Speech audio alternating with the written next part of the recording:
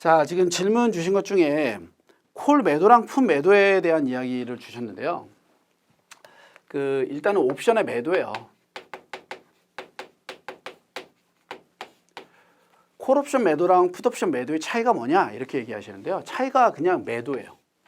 아시겠죠? 매도라는 개념으로 제가 옵션을 할 때, 공부할 때 매도와 매수 이 두 가지 개념으로 학습을 해라 라고 계속적으로 이야기 드리는 것 중에 한 가지가 뭐냐면요, 매도자는요 콜을 팔았든 풋을 팔았든 의미가 없어요. 왜 의미가 없냐면 매수자가 권리를 행사했을 때 이 권리 행사에 대한 손실을 책임지는 건 콜이든 풋이든 동일하니까. 아시겠죠?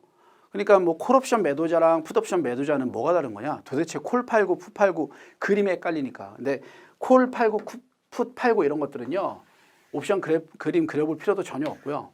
그냥 옵션의 매도자는 손실이 무한 들어간다. 아시겠죠? 그 다음에 이익은 내가 옵션을 팔으면서 받은, 즉 매수자에게 받은 프리미엄까지가 나의 이익이다. 이렇게 정리해버리면 콜이냐 풋이냐 구분하실 필요 전혀 없어요. 아시겠죠? 네. 자, 그 다음에 또 보면은 공매도는 주가 하락이 예상될 때만 이루어진다고 보면 됩니까? 라는 질문을 좀 해주셨는데요. 자, 공매도는요, 이게 주가가 하락할 때 쓰냐? 이건 실은 알 수가 없어요. 이거는 퀘스천이에요. 왜 알 수가 없냐면 주가가 올라가는 상황에서도요, 공매도 쳐갖고 주가 떨어뜨릴 수 있어요. 꺾어버릴 수도 있잖아요. 그리고 떨어지는 상황에서 더욱더 많이 공매도를 쳐서 공표 국면을 빠르게 진입시킬 수도 있고. 그러니까 공매도를 사용하는 것들은요, 이게 운용 전략이어서 뭐 약세장에 쓰냐 강세장에 쓰냐 이런 개념들은 전혀 없는 거고요. 상황에 따라서 달라진다라고 보시면 될 것 같아요. 아시겠죠? 그러니까 내가 원하는 주가보다 이 해당 주가가 너무 높게 올라가 버리면요, 공매도 통해서 주가를 강제로 낮추는 이런 역할들도 해요. 뿐만 아니라 이제 뭐 금융위기라든가 이런 것들이 왔을 때 주가가 떨어지잖아요. 그럼 내가 원하는 수준까지 끌어내리기 위해서 공매도를 치는 거예요. 아무튼 간에 공매도가 들어가서 주가가 상승 탄력을 잃어버리거나 하방 강직성이 강해지면은요, 이러면은 주가의 하락이나 이제 우리 턴어라운드 이러죠. 이 주가의 움직임 자체가 완전히 반대로 국면 전환이 이루어지니까요. 요건 상황에 따라 다르겠으니까 공매도 자체는 주가 하락 시에 쓰냐? 요거에 대한 질문에는 요 정도 보시면 돼요. 상황에 따라 다르기 때문에 항상 그런 건 아니다. 됐죠? 그 다음에 이제 또 자본시장선에 대한 이야기를 해주셨네요. 예. 그 자본시장선을 보면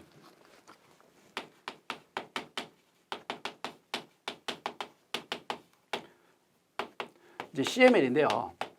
요 자본시장선이라는 것 자체가 어디에서 나왔는지부터 보셔야 돼요. 우리 이렇게 점점점 찍어갖고 제가 시장에서 가장 똘똘한 애들 모아놓은 효율적 투자기회선 기억나시죠? 보신 분들은. 그리고 자본시장이라는 캐피탈, 마켓이 생겨나 버리니까 무위험 이자율이라는 RF가 생겨나고요. 요 무위험 이자율가 얘가 효율적 투자기회선이에요. 이 둘이 접해야지만 만들어지는 게 CML이에요. 그러니까 CML은 반드시 누가 있어야지? 효율적 투자기회선, 즉 효율적 자산들이 있어야지만 형성되는 게 CML이죠.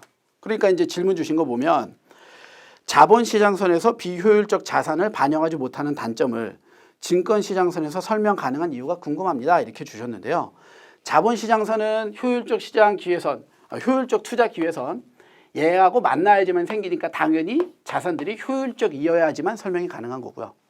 SML은 증권시장선은요, 얘 없이 SML은 위험을 베타로 바라봐서 체계적 위험에 대한 지표를 갖고 무위험 수익률 간의 관계를 봤다. 그럼 이게 SML이 돼요.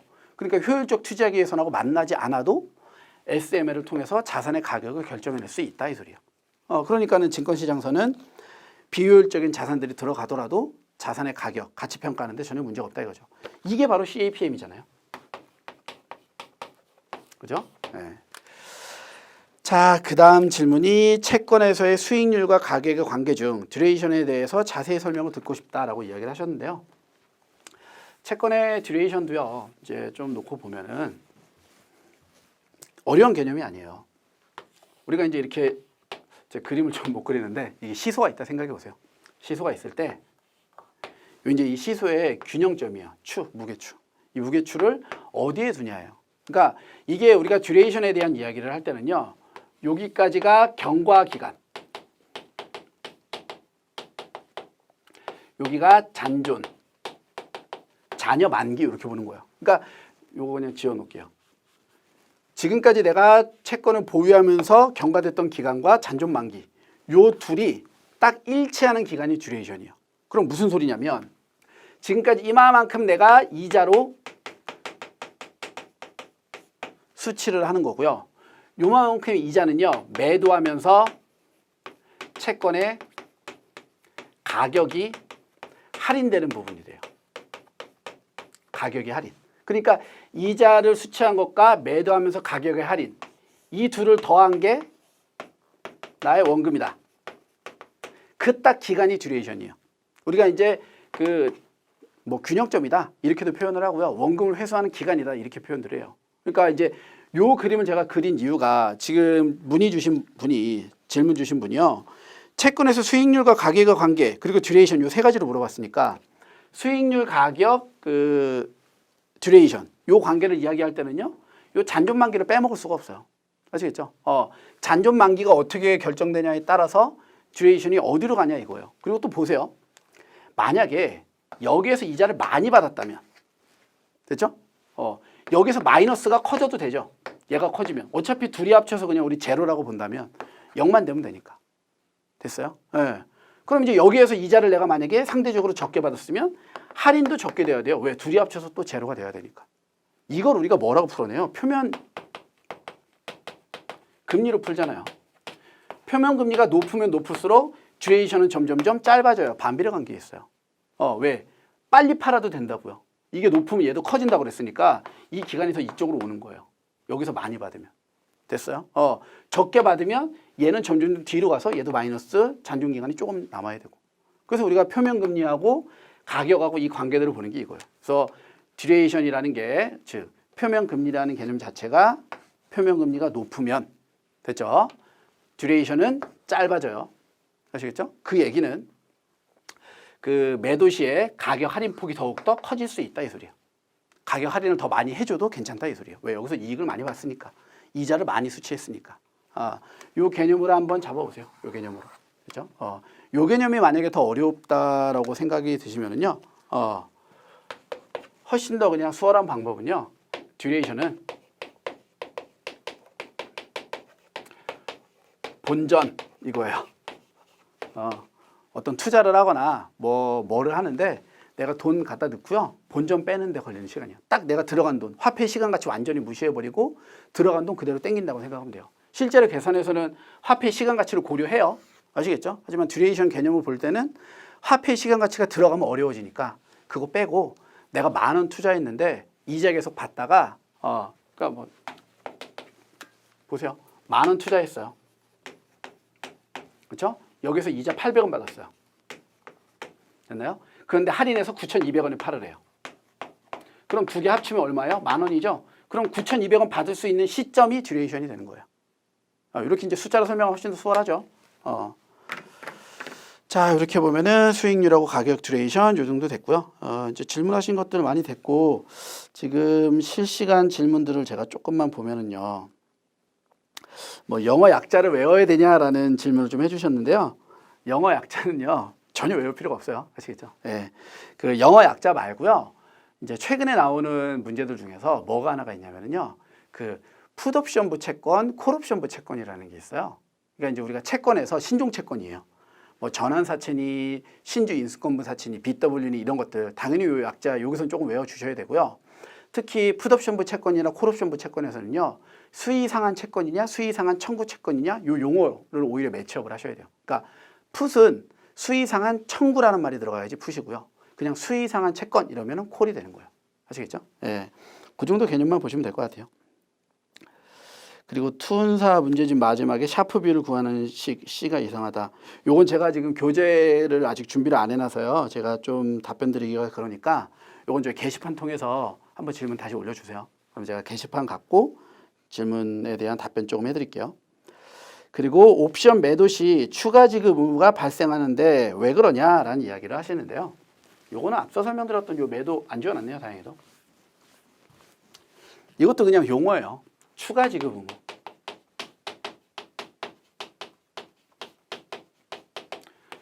추가 지급 의무라는 거는요. 상황이 변동돼서 됐죠? 추가금 내야 된다 이 소리요. 처음에 계약할 때 낸 돈이 있고요. 그 다음에 그거 말고 추가금을 또 내야 된다는 거예요. 보세요. 매수자와 매도자 있어요. 얘는 처음에 계약할 때 뭐 하냐면 매수자가 매도자에게 권리를 사오니까요. 프리미엄을 지급해요. 요거는 처음에 계약할 때 들어가는 계약금이에요. 얘를 갖다가 추가 지급을 한다 안 한다 이런 얘기는 안 하는 거예요. 됐어요? 그 다음에 주가가 올라갈 수도 있고 떨어질 수도 있어요. 즉 기초자산의 가격이 움직일 수 있어요. 그럼 기초자산이 어떻게 움직이냐에 따라서 매수권자가 행사할 수 있겠죠. 그렇죠? 그럼 행사를 하겠다라는 건 매수권자가 이익이 나니까 행사하는 거 아니에요. 그럼 이때 내가 이익을 본다라는 건 반대급부로 여기 매도자가 무조건 손실을 보겠다라는 거예요. 이게 바로 여기서 말하는 추가금, 즉 추가 지급 의무예요. 그러니까 누구에게만 있어요? 매도자에게만 언제나 추가 지급 의무가 있는 거예요. 매수자는 처음에 프리미엄 주고 나면은요, 내가 손실을 보는 상황이라면은요, 옵션 행사 안 하면 돼요. 그럼 돈 안 줘도 되잖아요. 그죠? 그리고 내가 이익 볼 때만 옵션 행사하니까. 됐어요? 네. 그리고 그 다음에 포트폴리오에 대한 그 수식을 하나 넣어주셨는데요. 포트폴리오 C가 13%의 표준편차 8% 베타 1.0이다.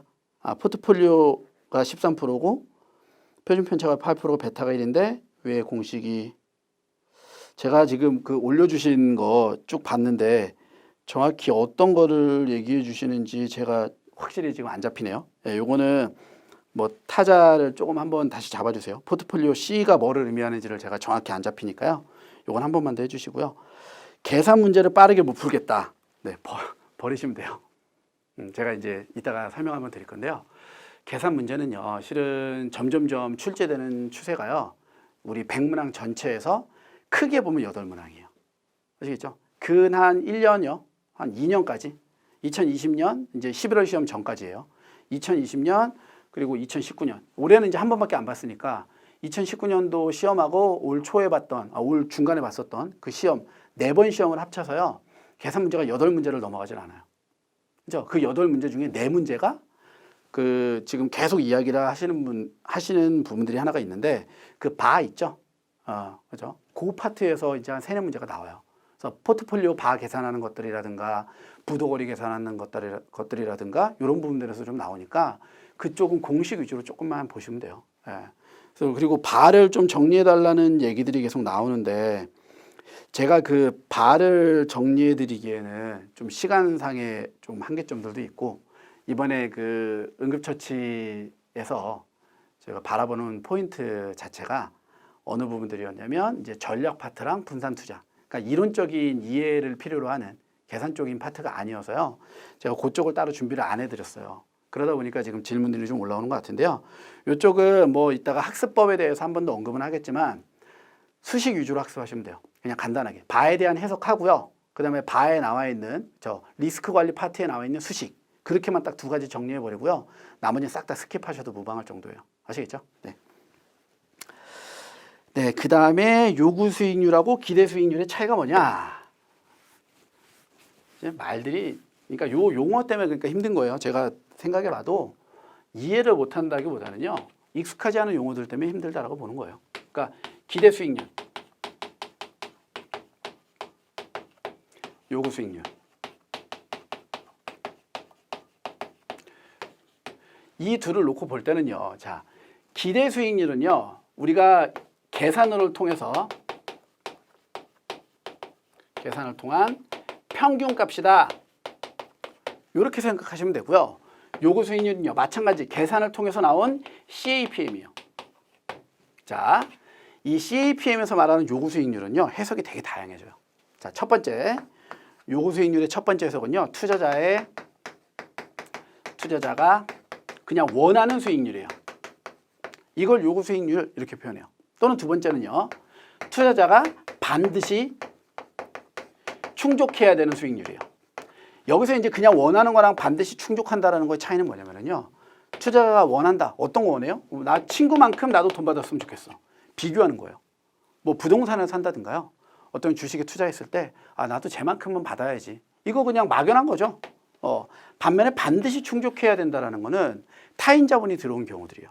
그러니까 자기 자본만 갖고 투자하는 게 아니라 타인 자본이 들어왔다면 타인 자본을 감당하고도 자기 자본 수익률이 충족할 수 있는 이런 부분들을 우리가 요구 수익률이다 이렇게 부르기도 해요. 아시겠죠? 그래서 요구 수익률이라는 개념 자체 첫 번째 투자자 중심으로 푸는 게 요구 수익률이고요. 그 다음에 이제 세 번째는 누구냐면 내재 가치예요. 바로 이런 CAPM으로 계산한 우리가 이제 가장 이론적인 모형을 갖다 놓고 이 자산이 갖고 있는 리스크와 리턴들을 대입해서 나오는 수익률에 대한 절대적인 측정치 이런 것도 우리가 내재 가치라고 부르죠. 요거를 우리가 요구 수익률 이렇게 표현하기도 해요. 그러니까 기대 수익률은 그냥 우리 시계열, 시간을 갖다 놓고 시간 안에서 나오는 평균값들이라고 보시면 될 것 같고요. 그러니까 얘는 산수고요. 얘는 금융이에요. 됐죠? 산수와 파이낸스다 이렇게 보시면 될 것 같아요. 매스하고 파이낸스다. 됐죠? 그리고 지금 그게 샤프 비율이에요. 제가 이거는요 지금 또 0.11이랑 0.08이 어디서 나왔는지 그 교재 준비가 안 돼서 이 부분은 게시판으로 좀 주세요. 죄송한데 지금 샤프 비율인 것까지 알아도 요 한정된 요 디렉션만 갖고는 요거 설명드릴 수가 없어요. 샤프 비율은 아무튼간에 뭐 조금 설명 들어보면 샤프는 총 위험으로요. 그렇죠? 벤치마크랑 무위험 수익률을 차감해서 총 위험으로 나누는 이게 이제 CML로 바라보는 민감도 측정 지표다라고 보시면 돼요. 그래서 계산적인 부분들도 당연히 보셔야 되는데요. 이 총위험이라는 지표를 좀 보는 것도 중요할 것 같아요. 아시겠죠?